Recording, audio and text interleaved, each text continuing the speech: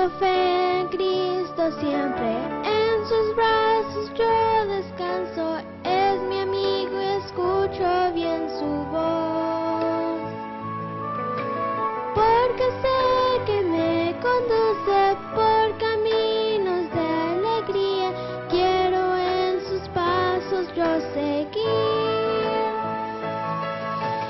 Quiero obedecer primero a Jesús que me ha salvado y servir a todos por doquier. Quiero ser como Josías, que la luz de Dios amaba, cada día depender de Él. Quiero ser como Josías, que la luz de Dios amaba, cada día depender de Él. Cada día depender de Él. Cada día depender de Él.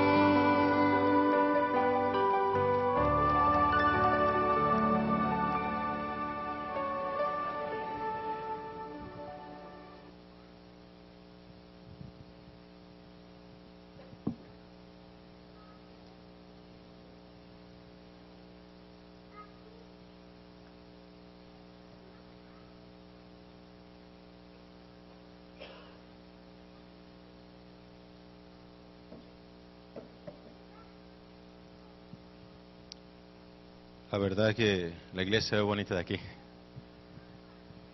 En Lorelli, you did a good job. Estaba bien nerviosa ya, pobrecita, allá atrás.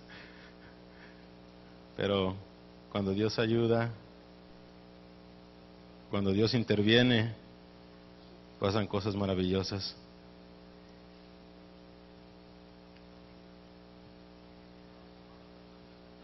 Vamos a empezar leyendo 1 Corintios 10, versículo 1. Que el tiempo se nos va a ir rápido, así es que vamos a empezar de una vez. 1 Corintios 10, allá en el versículo 1. Porque no quiero, hermanos, que ignoréis que nuestros padres todos estuvieron bajo la nube, y todos pasaron el mar, y todos en Moisés fueron bautizados en la nube y en el mar, y todos comieron el mismo alimento espiritual, y todos bebieron la misma bebida espiritual, porque bebían de la roca espiritual que los seguía, y la roca era Cristo. Pero los más de ellos no se agradó Dios, por lo cual quedaron postrados en el desierto. Mas estas cosas sucedieron como ejemplo para nosotros, para que no codiciemos cosas malas como ellos codiciaron. No seáis idólatras como algunos de ellos, según está escrito. Se sentó el pueblo a comer y beber y se levantó a jugar. Ni forniquemos como algunos de ellos fornicaron y cayeron en un día 23,000. Ni tentemos al Señor como algunos de ellos le tentaron y perecieron por las serpientes. Ni murmuréis como algunos de ellos murmuraron y perecieron por el destructor. Y estas cosas les acontecieron como ejemplo y están escritas para amonestarnos a nosotros, a quienes han alcanzado los fines de los siglos. Durante un estudio que realizó su servidor, me ayudó a confirmarme que esta iglesia es la iglesia verdadera. Me ayudó a confirmar que yo no estaba equivocado. Y ese es el estudio que quiero compartir con ustedes en esta mañana. Saben, como adventistas estamos familiarizados con los tipos y antitipos, ¿verdad? Sabemos qué es un tipo, qué es un antitipo.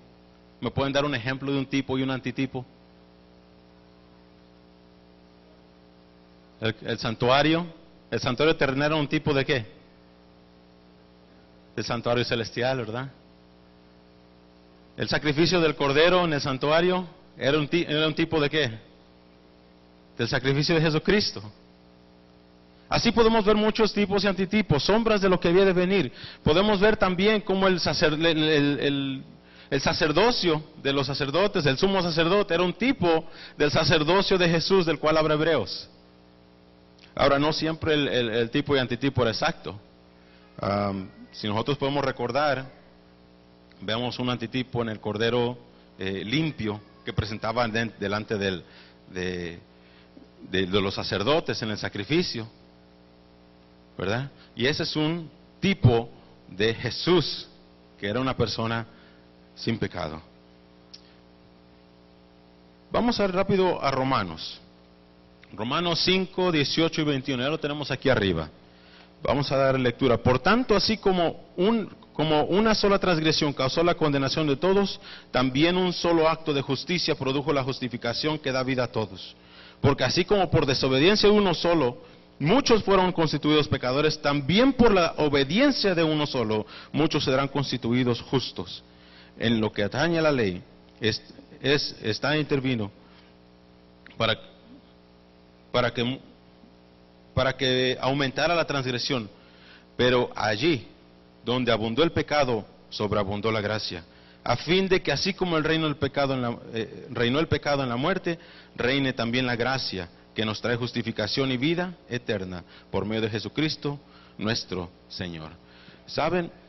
Lo hermoso es que nosotros, con todo y todo, con todo lo que la desobediencia nuestra, tenemos perdón en Jesucristo.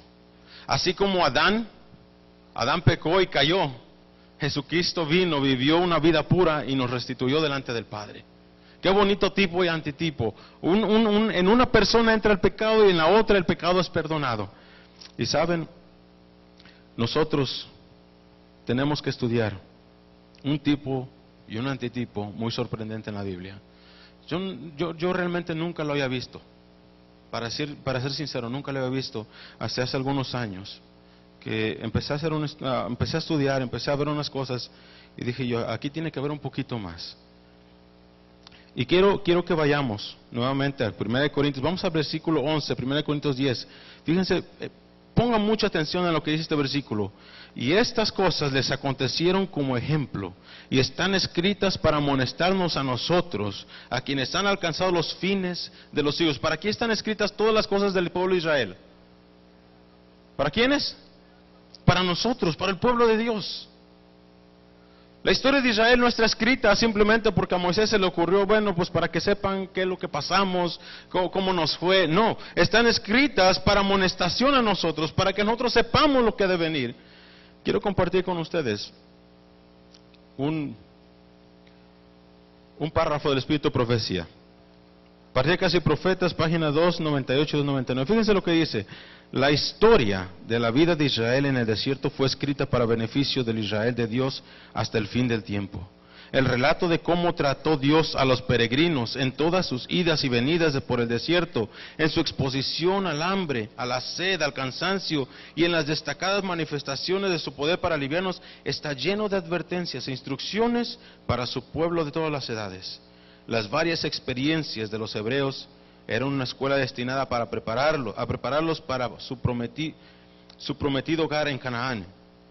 Dios quiere que su pueblo en estos días repase con corazón humilde y espíritu dócil las pruebas a través de las cuales el Israel antiguo tuvo que pasar para que le ayuden en su preparación para la Canaán celestial. Mis hermanos, las historias de la Biblia no están ahí porque a alguien se le ocurrió escribirlas. Están para ayudarnos a nosotros en nuestro camino a la Canaán celestial. Pero hay dos cosas que pide el Señor, solamente dos cosas. Y lo acabamos de leer ahorita. ¿Qué es lo que pide el Señor? Dos cosas. Vamos a leerlo otra vez. Las varias experiencias de los hebreos eran una escuela destinada a prepararlos para su prometido hogar en Canaán. Dios quiere de su pueblo de estos días que repase con corazón humilde y espíritu dócil las pruebas a través de las cuales el Israel antiguo tuvo que pasar. ¿Qué quiere Dios? Corazón humilde y ¿qué más? Un espíritu dócil. Antes de empezar este estudio, hermanos, yo quiero que Dios nos ayude a tener un corazón humilde y un espíritu dócil para que empecemos ahorita el estudio. Esto no va a ser un sermón, va a ser un estudio. Y quiero que inclinemos el rostro para que Dios nos dé ese espíritu dócil y ese corazón humilde para poder entender lo que Dios tiene para nosotros esta mañana. Querido Padre, estamos por abrir tus santas escrituras y embarcar en un estudio, Señor, en el cual tú me afirmaste que esta iglesia es la iglesia final, que esta iglesia es la iglesia verdadera, que esta iglesia es tu pueblo, por el cual, Señor, tú vas a venir un día. Ayúdanos, Señor, que al estudiar tu palabra en esta mañana podamos entender que estamos en el lugar correcto, que podamos entender que tú nunca nos has abandonado y nunca lo harás. No nos dejes ni nos desampares, en nombre de Jesús. Amén. Bueno, lo que yo quiero estudiar con ustedes en esta mañana es un tipo y un antitipo. Pero yo quisiera empezar, hermanos, con lo que dice la hermana White en Testimonios para la Iglesia, tomo 5, páginas 149 y 150. Dice: los lazos de Satanás son echados para que nosotros caigamos tan seguramente como los fueron echados para los hijos de Israel poco antes de su entrada a la tierra de Canaán. Estamos repitiendo la historia de aquel pueblo. ¿Saben?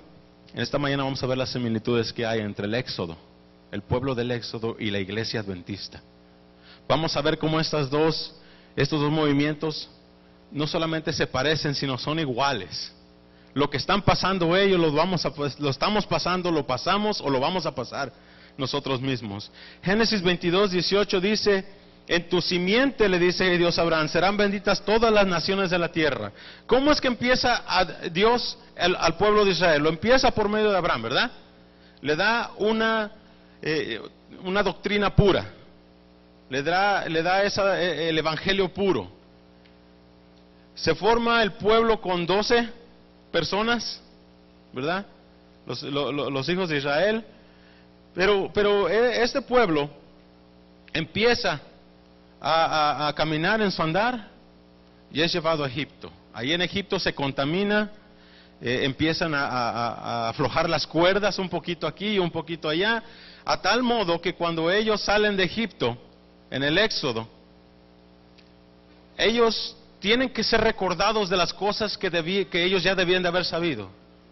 Se les recuerda acerca de no hacer imágenes, se les recuerda del reposo, se les recuerda de que Dios es el único Dios. Tan perdido estaba Israel, hermanos, que esa doctrina pura que se le dio al pueblo de Israel cuando entró a Egipto, ahora estaba casi desaparecida. Y lo hermoso, lo bonito de esta comparación con el pueblo adventista, hermanos, es que el pueblo adventista pasó por lo mismo. La iglesia cristiana fue levantada con ¿cuántos apóstoles? 12, ¿verdad? Fíjense cómo empieza la similitud. Dios empieza al pueblo de Israel con 12 personas. ¿Y cómo es que empieza Jesús la iglesia cristiana? Con 12 personas. Nosotros vemos que se les da también a ellos el evangelio puro, de tal forma que ellos lo empiezan a esparcir por todos los confines de la tierra. Pero a medida que va pasando el tiempo, ¿qué es lo que pasa con ese evangelio?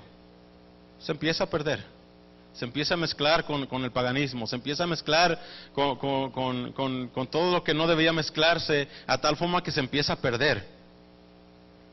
Y saben que el pueblo de Israel, cuando sale de Egipto, como decíamos antes, sale con Dios teniendo que recordarle todo. Pero quiero que pongan mucha atención, porque el pueblo de Israel sale de Egipto. Y ustedes dirán, bueno, pero el pueblo adventista salió de Babilonia, o sea, no tiene uno que ver con el otro. ¿Ustedes sabían que Egipto también es otro nombre que le tiene el libro de Apocalipsis para Babilonia? Fíjense lo que dice el libro de Apocalipsis.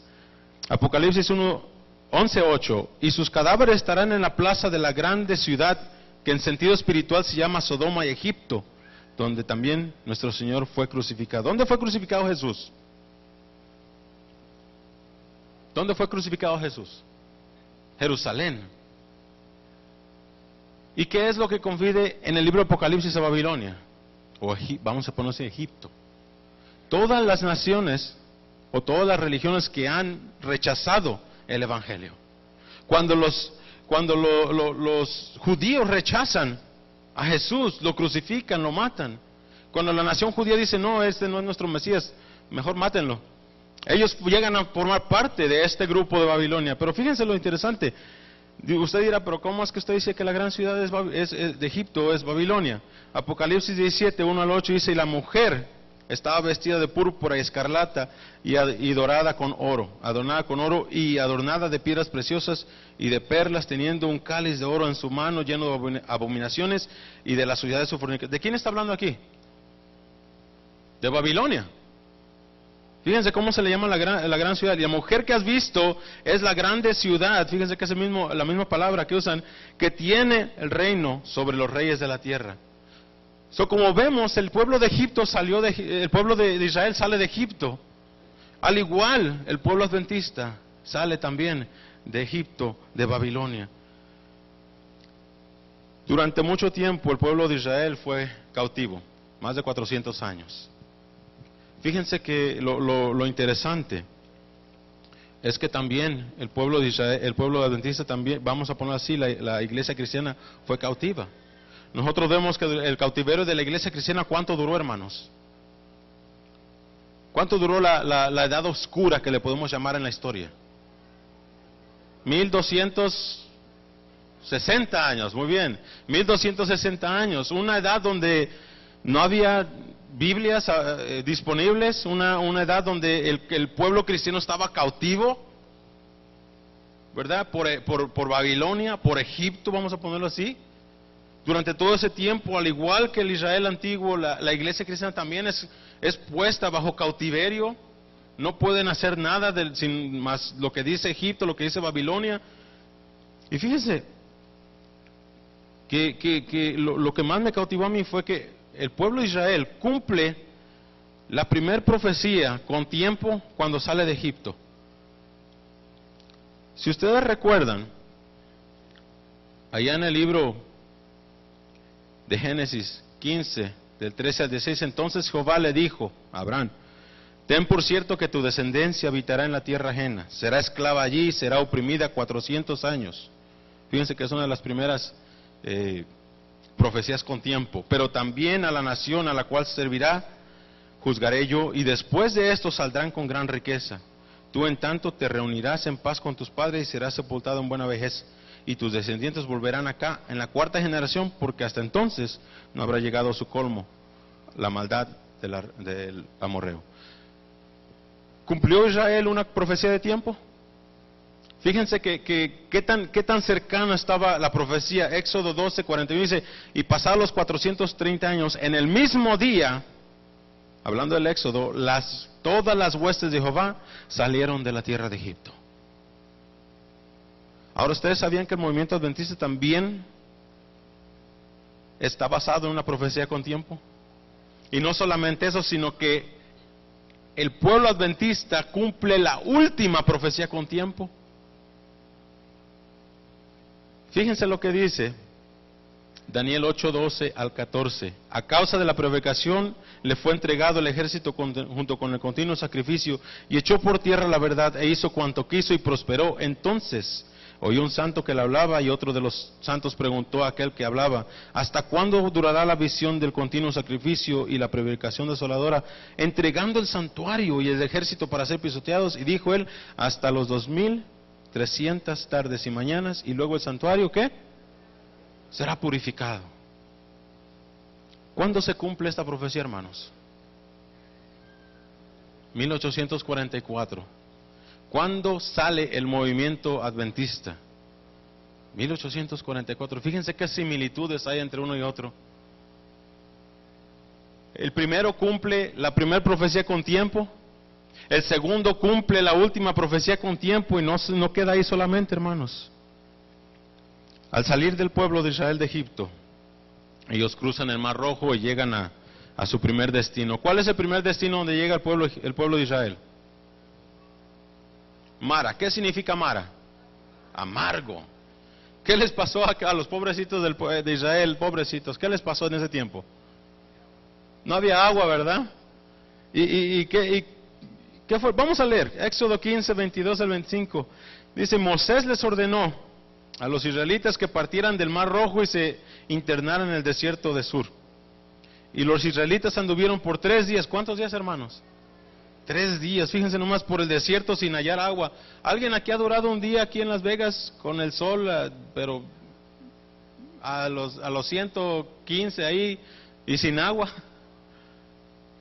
Está difícil, imagínense, ahí en el desierto, es un poquito más caliente allá, y luego sin agua. Llegaron a Mara, lugar que se llama así porque las aguas son amargas. Fíjense, pobrecito el pueblo de Israel, a lo lejos, después de 3 días, ve unas palmeras. Y ve verdecito así. ¿Qué es lo primero que hacen? Corren. ¡Agua! ¡Hay agua! ¡Ya hay agua! Moisés sabía, él había recorrido todo eso. Él sabía que esas aguas no servían. Ya lo veo ahí, ¡ey, no, cálmense! No, esa agua no sirve. No. Ya todos iban corriendo hacia las aguas. ¿Y qué es lo que le pasa a ellos? Dice, y no pudieron apagar su sed ahí. Comenzaron entonces a murmurar en contra de Moisés, le preguntaban, ¿qué vamos a beber? Moisés clamó al Señor y él le mostró un pedazo de madera, el cual echó a Moisés al agua, y al instante el agua se volvió dulce. En ese lugar el Señor les puso a prueba y les dio una ley como norma de conducta.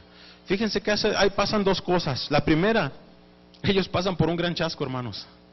Pensaron que habían encontrado agua y empezaron a tomar. ¿Y esa agua era qué? Amarga. Imagínense, usted empieza a tomar agüita y ¡ay, qué rico! Y nomás de repente le empieza a amargar el estómago. Y dice la Biblia ahí que la segunda cosa que pasó es que Dios ahí probó su fe. ¿Ustedes recuerdan en alguna ocasión que el pueblo adventista le pasó lo mismo? El gran chasco, ¿verdad? ¿Cómo dice el libro de Apocalipsis? Dice, y fui al ángel diciendo que me diese el librito, y él me lo dio. Toma y cómelo y te amargará el vientre, pero en tu boca será dulce como la miel. Entonces tomé el librito de la mano del ángel y lo comí, y era dulce en mi boca, y como la miel, pero cuando lo hube comido, amargó mi vientre. Fíjense que el pueblo adventista también pasó por un gran chasco. Y fue un chasco donde Dios probó la fe de los hermanos adventistas. No muchos pasaron por esa prueba. No muchos pudieron decir, yo estuve firme en el Señor. Esperaban algo dulce en 1844, esperaban lo más hermoso, pero les amargó el corazón. Ahora mi pregunta, hermanos, ¿para qué fue que sacó Dios al pueblo de Israel de Egipto? ¿Cuál fue el propósito? ¿Para que fuera liberado? ¿Para que fuera la luz? ¿Para qué más? Para que lo pudieran adorar. Vamos a ver lo que dice la Biblia. Fíjense lo que dice la Biblia. Salmo 105, 43 y 45. Sacó a su pueblo con gozo, con júbilo a sus escogidos. Les dio las tierras de las naciones y las labores de los pueblos heredaron, para que guardasen sus estatutos y cumpliesen sus leyes. Aleluya. ¿Para qué lo sacó? El propósito de sacar al pueblo de Israel era para que guardase sus leyes y sus estatutos, para que ellos pudieran guardar la ley de Dios. Y fíjense, hermanos, ¿para qué sacó Dios al pueblo adventista, hermanos? Aquí está la paciencia de los santos, los que guardan los mandamientos de Dios y tienen la fe de Jesús. ¿Para qué sacó al pueblo adventista de Babilonia? Para guardar sus leyes. Había estado tan contaminada la doctrina que Dios le había dado al pueblo de Israel que Él tuvo que sacarlos para que ellos la guardaran. Había estado tan contaminado el evangelio que le dio la iglesia cristiana, que se convirtió en Babilonia, que tuvo que sacar al pueblo adventista para que esa ley pudiese ser cumplida. ¿Qué más comparaciones podemos hacer? Fíjense que hay más todavía. ¿Saben? Cuando nosotros empezamos a ver esas comparaciones, hermanos, vemos que nuestra iglesia no es una iglesia cualquiera. Nuestra iglesia no es del montón, hermanos, y discúlpenme si ofendo a alguien. Nuestra iglesia tiene un propósito y una misión. Nuestra iglesia fue sacada de Babilonia porque Dios tenía en mente un propósito y una misión para su pueblo. No nos sacó nomás porque quiso, no nos sacó porque se le ocurrió, nos sacó porque Él tenía un propósito para nosotros. Fíjense que cuando van al monte Sinaí, después de pasar por todas estas cosas, Dios pudo haber metido al pueblo de Israel rápido a Canaán. Si Él tomaba la ruta del mar, por lo mucho 40 días. Por lo mucho, ya tomando en cuenta, vienen los niños ahí con todo el ganado, y los ancianitos ahí que no pueden caminar mucho. 40 días por lo mucho se hubieran tomado. Pero fíjense que el plan de Dios no era que el pueblo vagara 40 años en el desierto. Él no quería eso. Después del cruce y del chasco, Dios se los lleva al monte Sinaí. Y ahí Dios entrega dos cosas. ¿Okay? La primera dice, Éxodo 31:13, tú hablarás a los hijos de Israel diciendo, en verdad vosotros guardaréis mis días de reposo, porque es señal entre mí y vosotros por vuestras generaciones, para que sepáis que yo soy Jehová, que os santifico. Cuando llegan al monte Sinaí, una de las primeras cosas que se les da es el día de reposo. Y quiero irme un poquito para atrás. Si ustedes recuerdan, el libro de 1 Corintios 10 dice que el pueblo de Israel fue bautizado en el mar, ¿verdad? Fue bautizado en el mar y en la nube. Y después se le da el sábado y la ley. Fíjense, vamos a hacer un paréntesis chiquito. Muchos de nosotros, cuando encontramos a alguien, ¿qué es lo primero que a veces queremos hacer? El sábado. Pero aquí el apóstol Pablo enseña algo importante. Primero tenemos que traerlos a Jesús, porque un pecador que no está siendo justificado no puede guardar el sábado. ¿Sí me entienden lo que le quiero decir? No quiero que me malentiendan. Nosotros no podemos decirle a una visita, tú tienes que guardar el sábado, nomás así de trancazo, así, ¡paz! Órale, ahí está el sábado. No. Primero enamórelo de Jesús, que se enamore de Jesús, que se bautice en el nombre de Jesús. Y él solito se va a ir dando cuenta el sábado. A lo mejor se da cuenta antes de que se bautice el sábado.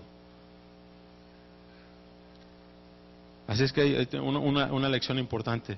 Fíjense, el pueblo de Israel se le da el sábado, ¿ok? Porque va a ser señal de entre Dios y su pueblo.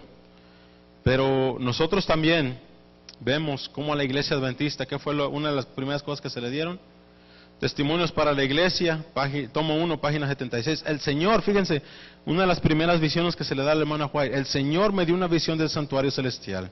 El templo de Dios estaba abierto en el cielo y se me mostró el arca de Dios cubierta con el propiciatorio.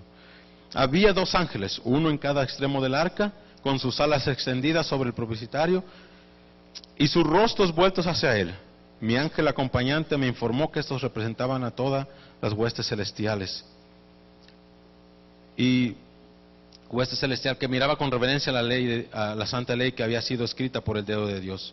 Jesús levantó la cubierta del arca y contemplé las tablas de piedra en las que los 10 mandamientos se encontraban escritos, y quedé asombrada al ver el 4.º mandamiento en el centro del mismo de los otros 10, rodeado por un suave aro de luz. El ángel me dijo, es el único de los 10 que define al Dios viviente que creó los cielos y la tierra y todas las cosas que en ellos hay.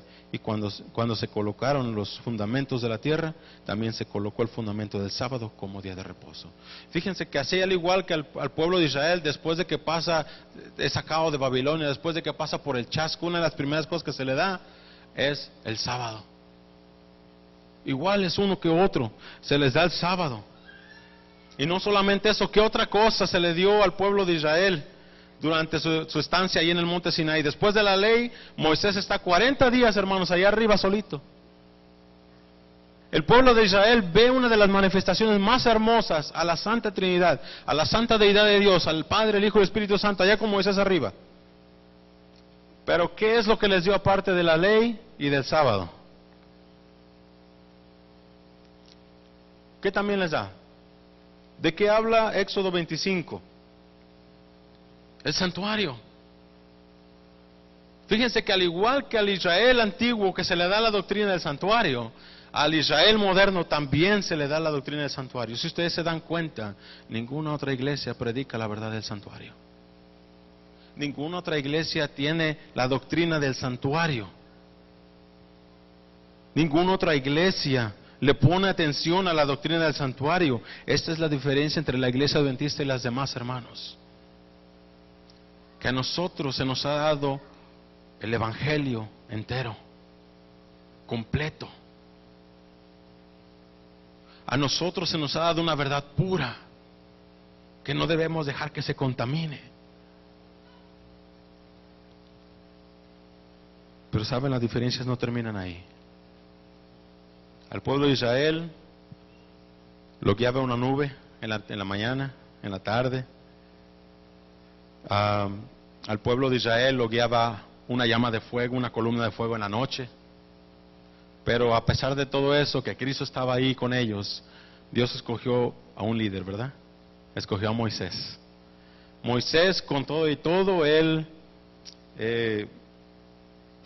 decía, no, Señor, yo no, fíjate, soy tartamudo, no sé hablar. Le empezó a meter excusas. Yo le decía, no te preocupes, no, pero fíjate que también esto y esto. No te preocupes, tú te estoy diciendo que no te preocupes. Moisés nunca rehusó su deber después de eso. Dios le dijo, tú vas a sacar a mi pueblo, y lo sacó de Egipto. Lo guió durante 40 años. Pero antes de que entraran a Canaán, él muere. Pero él dejó todo el Pentateuco, hermano, la Torá, que lo podemos llamar, lo dejó escrito, y con eso se basó el pueblo de Israel para poder cruzar el Jordán, para poder cruzar el mar. Mi pregunta, hermanos, ¿a quién más ha escogido Dios en el pueblo moderno de Israel para que lo guíe? Elena de White. Fíjense lo bonito de esto. Él escoge a un líder en la antigüedad para que guíe al pueblo, y él escoge ahora a un líder para que guíe a su Israel moderno. Y fíjense que la hermana White, al igual que Moisés, por muchos años guió al pueblo adventista. Y al igual que Moisés, poquito antes de entrar a Canaán, ella también murió. Y al igual que Moisés, ella dejó escritos que guiaran al pueblo adventista, al pueblo moderno de Israel, para que entrara a la Canaán celestial. ¿Ven la comparación, hermanos? ¿Cómo está uno tras otro? La hermana White, al igual que Moisés, es escogida por Dios para guiar a este pueblo. La hermana White, al igual que Moisés, dijo, no, yo no, hermano, yo no, la verdad no puedo, yo soy ¿quién me va a hacer caso a mí? Escoge a otro. Le dijo el Señor, ¿sabes qué? No, yo voy a escoger al débil para que vean que yo puedo. Así es que tú vas a guiar a este pueblo. Y la hermana Juan emprendió un camino con Israel. Y junto con Israel también pasó por muchas cosas. Murió antes de entrar a Canaán, pero nos dejó escritos que hasta hoy día los usamos para ayudarnos a entrar a la Canaán celestial. Y saben, después del Sinaí, después de andar rodeando, ellos llegan a su primer destino, a las orillas de Canaán, Cades Barnea. ¿Qué pasó ahí, hermanos?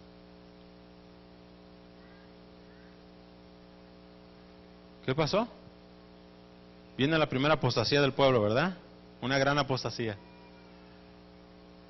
Vemos cómo están a las fronteras de Canaán. Dios le dice, miren, aquí está lo que les voy a entregar, esta es la tierra, pásenle, métanse a Canaán.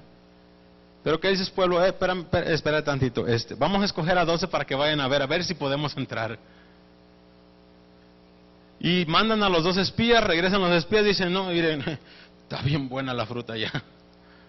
Todo está bonito, está hermoso, todo está hasta verde. Imagínense, pobrecitos, después de ver puro terrerío todo 40 años. Ahora vienen los espías y dicen, no, está todo verdecito allá. No, yo me acosté en el pasto unos 2 días, ahí estuve tirado ahí, así, no, y fresco el pasto, no te da ni calor. Pero hay naciones fuertes ahí, están los gigantes, ¿se acuerdan de ellos? Sí, nos acuerdo. Bueno, están ellos ahí, están unas ciudades fortificadas. ¿Cómo vamos a entrar nosotros ahí? No vamos a poder. Y se levantan 2 personas, Josué y Caleb, y estos 2 se levantan Fíjense lo que pasa. Números 13, 6 al 9. Y Josué, hijo de Nun y Caleb, hijo de Jefoné, que eran de los que habían reconocido la tierra, rompieron sus vestidos. Después de escuchar al pueblo decir, no vamos a poder, solitos no podemos hacer esto, aunque Dios esté con nosotros, no vamos a poder. Y hablaron a toda la congregación de los hijos de Israel diciendo, la tierra por donde pasamos para reconocerla es tierra en gran manera buena. Si Jehová se agradara de nosotros, Él nos llevará a esta tierra y nos la entregará, tierra que fluye leche y miel. Por tanto, no seas rebeldes contra Jehová, no temáis al pueblo que está en esta tierra, porque nosotros los comeremos como pan. Su amparo se ha apartado de ellos, y con nosotros está Jehová, no temáis. Y aún así el pueblo dijo, no, mejor nos hubiéramos muerto en el desierto, ¿qué venimos a hacer aquí? Voy a traer a mi hijo para que me lo maten. ¿Qué es lo que dice Dios? Ok, mueres en el desierto, ok, está bien. Bueno, de regreso al desierto 40 años. ¿Saben ustedes que el pueblo adventista también tuvo su Cades Barnea? Pasó por una situación similar, ya estando a las orillas de la Canaán celestial. A lo mejor es algo nuevo para algunos de ustedes, pero el pueblo adventista pasó por su Cades Barnea. Y quiero compartir con ustedes esta fecha. Ya el pastor habló de ella, ¿verdad? 1888. Esa es de suma importancia, es igual de importante que 1844, hermanos. Aquí, en esta fecha, se celebró un congreso mundial. El movimiento adventista casó su Cades Barnea, hermanos, en la asamblea de Minneapolis, en el otoño de 1888. En los 2-3 años que la procedieron, el Señor, mediante el espíritu de profecía, envió mensaje tras mensaje declarando que estaban en las lindes de la Canaán celestial y llamando a un gran despertar espiritual.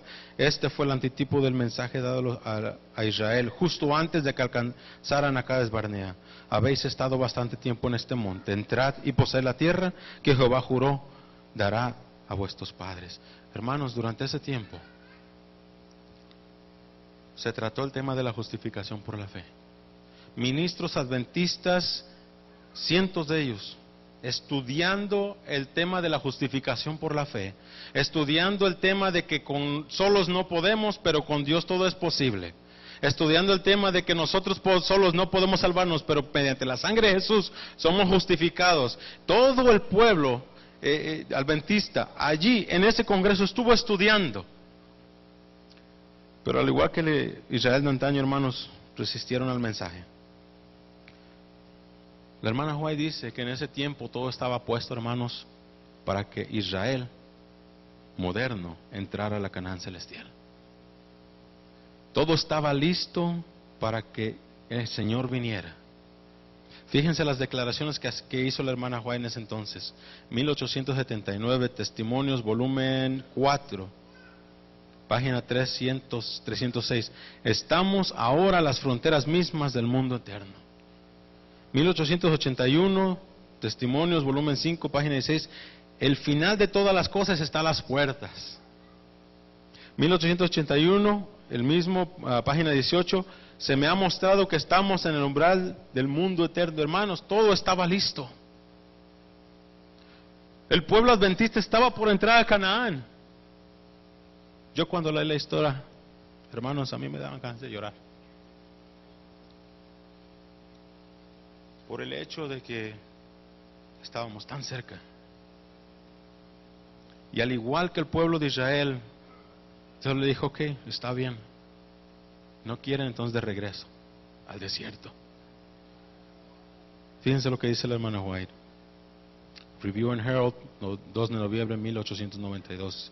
El tiempo de prueba está ya sobre nosotros, puesto que el fuerte pregón del tercer ángel ya ha comenzado en la revelación de la justicia de Cristo, el Redentor que perdona los pecados. Ese es el comienzo de la luz del ángel cuya gloria alumbrará toda la tierra. Saben que en ese tiempo, hermanos, se habían estado queriendo implementar en Estados Unidos, aquí en este país, unas leyes llamadas Blue Laws, las leyes azules. ¿Cuántos conocen esas leyes? Nadie. 1, 2. quiero compartir lo que decían estas leyes, hermanos, y fíjense que es algo que esperamos nosotros que va a pasar muy pronto, pero estaba a punto de pasar porque estaba todo listo. Lo encontré en inglés, no lo encontré en español, así es que se los voy a traducir. Las leyes azules son leyes que prohíben ciertas actividades en domingos. Mientras estas leyes han existido en la historia de América, muchas personas las asocian con los años 1800 y los tempranos 1900, cuando los progresivistas eran un grupo poderoso buscando reformar a los Estados Unidos social, política y económicamente.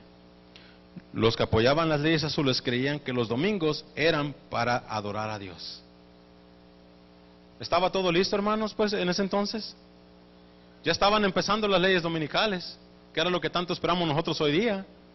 Ya estaba todo listo para que empezara la persecución. Pero saben, fíjense que el pastor, uno de los dos pastores que se pararon en el Congreso de Minneapolis, uno era el pastor Wagner y el otro el pastor Jones, así como fue Caleb y Josué, fueron dos hombres que se pararon para poder hacer razonar al pueblo adventista y decirle, ¿saben qué? Tenemos que aceptar el mensaje de justificación por la fe. Ellos dos, uno de ellos tuvo que ir hasta el Senado, hermanos. Tuvo que ir hasta el Senado para que él pudiera defender la verdad del sábado y no empezaran las leyes dominicales. Está registrado en la historia. Todo estaba listo para que el pueblo de Israel entrara a la Canaán celestial. Fíjense lo que decía la hermana igual, lo que pasó en ese entonces. Todos los reunidos en esta asamblea tuvieron la oportunidad de ponerse del lado de la verdad, recibiendo el Espíritu Santo que fue enviado por Dios en una corriente tan rica de amor y misericordia. Pero las habitaciones ocupadas por algunos de nuestros pueblos, fíjense que fueron algunos, no todos, se oyeron palabras de ridículo, crítica, burla y risa. Las manifestaciones del Espíritu Santo fueron atribuidas al fanatismo. Las escenas que tuvieron lugar en esa asamblea hicieron avergonzarse al Dios del cielo de llamar a sus hermanos, a los que participaban en ellas. Todo eso lo observó el vigilante celestial y quedó escrito en el libro de las memorias de Dios. Saben, hermanos, todo estaba listo, todo estaba puesto, pero al igual que el pueblo de Israel, se le fue enviado de regreso al desierto por su falta de fe. El pastor Wagner, el pastor Jones decían, todo lo puedo en Cristo que me fortalece. Todo lo podemos en Cristo porque Él es nuestra justicia. Pero algunos hermanos decían, no, eso no se puede aceptar. Conflicto de los siglos, página 510-511, dice: la historia de Israel antiguo es un ejemplo patente de lo que experimentaron los adventistas. No es un invento de Arturo González. La hermana White dice que todo lo que pasó en el antiguo Israel es un ejemplo patente de lo que experimentaron los adventistas. Dios dirigió a su pueblo en el movimiento adventista, así como sacó a los israelitas de Egipto. Cuando el gran chasco, esa fue la prueba. Su fe fue probada, como lo fue la de los hebreos cerca del Mar Rojo. Si hubiesen seguido confiando en la mano que los guiaba y que había estado con ellos hasta entonces, habrían visto la salvación de Dios. Si todos los que habían trabajado unidos en la obra de 1844 hubiesen recibido el mensaje del tercer ángel y lo hubiesen proclamado en el poder del Espíritu Santo, el Señor habría actuado poderosamente por los esfuerzos de ellos. Raduales de luz habrían sido derramadas sobre el mundo. Años haría que los habitantes de la tierra habrían sido avisados. La obra final se habría consumado y Cristo habría venido para redimir a su pueblo. Todos se rebelaron, todos los que se rebelaron en el Israel antiguo, que tuvieron que regresar al desierto, todos murieron, ni uno de ellos entró a Canaán.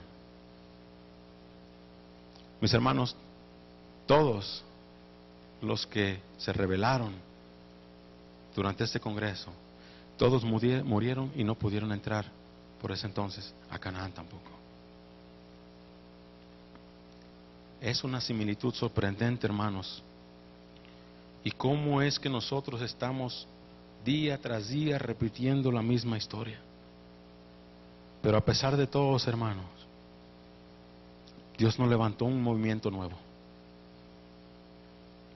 El mismo pueblo de Israel que salió de Egipto, más tarde fue el mismo pueblo que entró a Canaán. Diferente generación, pero fue el mismo pueblo. Y quiero decir, hermanos, que el mismo pueblo que salió de Babilonia, el mismo pueblo adventista que pasó por ese chasco, que pasó por Cades Barnea, que pasó por todo eso, es el mismo pueblo, aunque con diferente generación, que entrará en la Canaán celestial. Mis hermanos, nosotros somos esa generación. No perdamos de vista a Dios.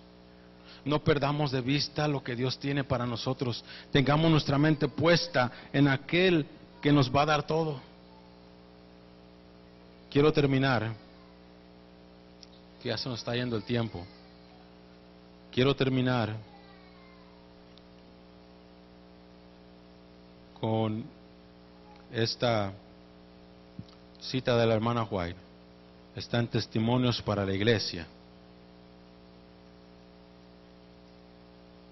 Está aquí atrás, ya me pasé. Ok, Testimonios para la Iglesia, tomo 5, página 467, 476. Por haber sido elegido Israel para conservar el conocimiento de Dios en la tierra, había sido desde el mismo principio de su existencia como nación el objeto especial de la enemistad de Satanás, y éste se había propuesto causar su destrucción. No podía hacerles daño mientras los hijos de Israel fueran obedientes a Dios. Por lo tanto, había dedicado todo su poder y su astucia a inducirlos a pecar. Seducirlos por sus tentaciones. Habían transgredido la ley de Dios, y habiéndose apartado, así de la fuente de su fuerza, se les había dejado caer en presa de los enemigos paganos. Fueron llevados en cautiverio a Babilonia y permanecieron ahí muchos años. Sin embargo, el Señor no los abandonó. Igual a nosotros, hermanos, queda aún todavía una apostasía más. La apostasía de Baal peor. Y dice la Biblia que es una apostasía, fue mucho más grande que la de Cades Barnea. Y va a venir en el pueblo adventista una apostasía más, que será mucho más grande que la de 1888. En ese entonces, más de 300 ministros adventistas salieron de la iglesia. Uno de ellos de renombre nacional, John Harvey Kellogg, que al igual que Coré, primo de Moisés, causó una revolución y sacó al pueblo en apostasía. Igual John Harvey Kellogg, persona que había sido criada por Elena de White, que había sido, ella le había pagado los estudios, igual también, él igual que Coré, hizo el revolotejo, sacó más de 300 ministros adventistas en ese entonces. Pero queda una más, y dice la Biblia, dice la hermana White, que esa va a causar el zarandeo. Después de fracasar el impedir que el movimiento adventista llegue a su Canaán celestial mediante ataques desde afuera y apostasías desde adentro, Satanás, hermanos, va a hacer su último intento, tal como se dio con la experiencia de Cades Barnea, suscitando un espíritu de mundanalidad e inmoralidad que contaminará. Y esto sucederá en las mismas lindes de Canaán. Cuando estemos cerquitita, ya estamos cerquitita, hermanos. Dice que cuando los que son fieles y leales se den cuenta de la situación, llorarán entre la entrada y el altar, suplicando a Dios que perdone a su pueblo de ser aplastado por el mundo. Estarán suspirando, hermanos, clamando por el pueblo de Dios, por todo el pecado que entró. Se seguirán, hermanos, las instrucciones de la sierva del Señor, tal como se hizo, como las instrucciones en Baal peor. Es triste. Dice Joyas de Testimonios, volumen 2, página 62 y 71. Aquellos que no sienten pensar por su propia decadencia espiritual, ni lloran sobre los pecados ajenos, quedarán sin el sello de Dios. El sello de Dios será puesto únicamente sobre las frentes de aquellos que suspiran y lloran por las abominaciones que son cometidas en la tierra. Ninguno de nosotros jamás recibirá el sello de Dios mientras nuestro carácter tenga una mancha. Nos toca a nosotros remediar los defectos de nuestro carácter, limpiar el templo del alma de toda contaminación. Y entonces la lluvia tardía caerá sobre nosotros como cayó la lluvia temprana sobre los discípulos en el día de Pentecostés. Mis hermanos, no creamos que la persecución va a causar la lluvia tardía y el despertar de la iglesia. No, es al revés. El despertar de la iglesia causará el derramamiento del Espíritu Santo y la persecución. Muchos estamos esperando que venga la persecución. Muchos estamos esperando que a ver cuándo ponen las leyes dominicales. No, las leyes dominicales y la persecución van a venir después de que la iglesia despierte. Así es que, hermano, te estoy pidiendo esta mañana, hay que despertar. Viene lo más fuerte. Vamos a poner así como dice la misma palabra, viene Baal peor. Viene una situación, hermanos, que no podemos imaginarnos. Viene una situación que muchos que pensamos que estamos firmes a lo mejor vamos a caer. Pero recordemos lo que dice el apóstol Pablo. Y estas cosas les acontecieron como ejemplo. Y están escritas para amonestarnos a nosotros, a quienes han alcanzado los fines de los siglos. Así es que el que piense que esté firme, mire que no caiga. Que Dios los bendiga. Vamos a ponernos de pie, vamos a tener una oración.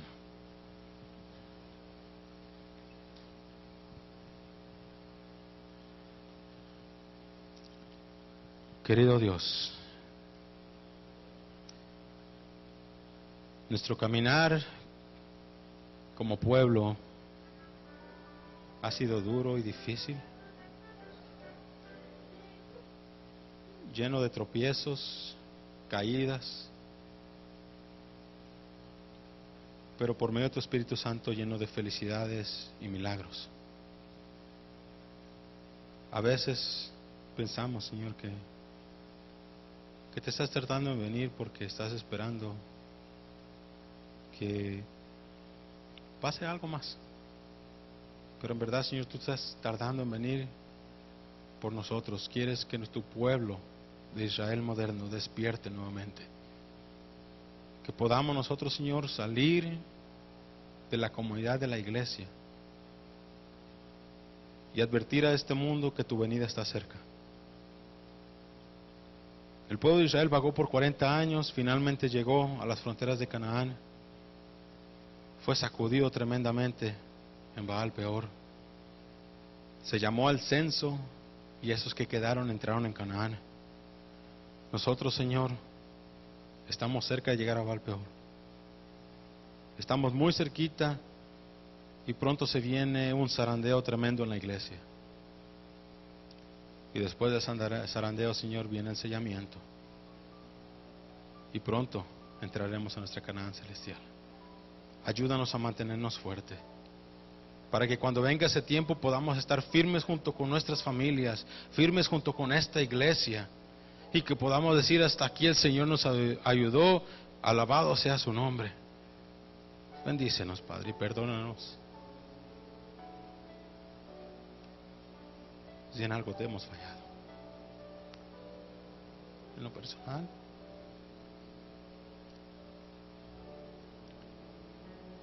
si yo te he fallado, Señor, perdóname. Y te pido que también ayudes a mis hermanos, Señor, que ellos puedan prepararse, que me ayudes a mí a prepararme, porque, Señor, tú estás bien cerca y queremos ir contigo al reino de los cielos. No nos dejes, Padre. Si caemos, levántanos, porque todo lo podemos en tu nombre que nos fortalece. Bendícenos, Señor. Cuídanos y protégenos hoy y siempre. Te lo rogamos todo. No en nuestros méritos, Señor, porque no somos nadie. Nosotros no valemos nada. Sino lo pedimos en el nombre de Jesús, que por medio de Él somos justificados delante de ti. Amén.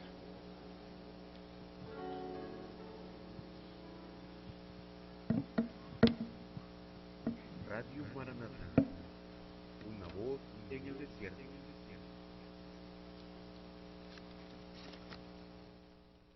Radio Maranatha, una voz en el desierto.